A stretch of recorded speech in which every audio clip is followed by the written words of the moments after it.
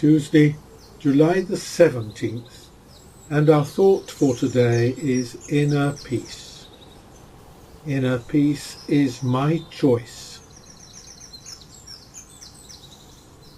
I have the power to claim my own peace within at any time and within any situation. What I visualize creates waves of energy that move outward, affecting everything around me.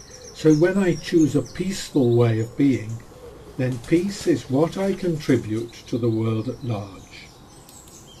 This becomes even more important in times of stress or strife. If I am disturbed by something or someone's actions, I decide how I will respond. I pause and take a deep breath, and I remember that divine order is always at work in all things.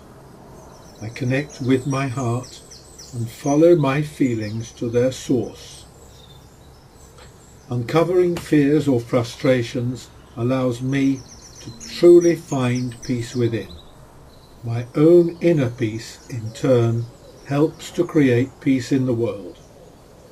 Inner peace is my choice. Verse 14 of Psalm 34 says, "Seek peace and pursue it."